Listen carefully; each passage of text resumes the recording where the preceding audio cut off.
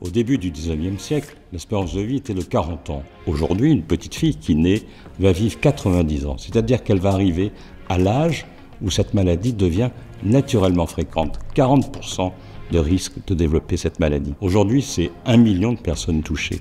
Mais en réalité, c'est 3 millions de personnes concernées. Donc c'est un véritable tsunami face auquel il faut que la société se prépare. Comme l'a expliqué le professeur Bruno Dubois, nous avons des enjeux conséquents de santé publique qui vont toucher le médico-social et le sanitaire dans les années qui viennent. Notre mission, c'est d'offrir à nos patients, à nos résidents, quel que soit le pays, leur lieu de vie et leur histoire médicale, une qualité de soins qui leur permette de garder un maximum d'autonomie et surtout une bonne qualité de vie. Ensuite, nous avons à cœur de développer une politique du soin différente, notamment en faisant la promotion de l'adaptation au rythme de vie des résidents. Et pour finir, nous soutenons bien évidemment la prévention et la recherche fondamentale à travers le prix européen Jeunes chercheurs de la Fondation Recherche Alzheimer, la FRA, que nous avons décerné cette année. Comme l'a dit le professeur Piot, l'avenir est à la prévention et à la recherche. D'abord, il y a la possibilité de faire le diagnostic de la maladie grâce à une signature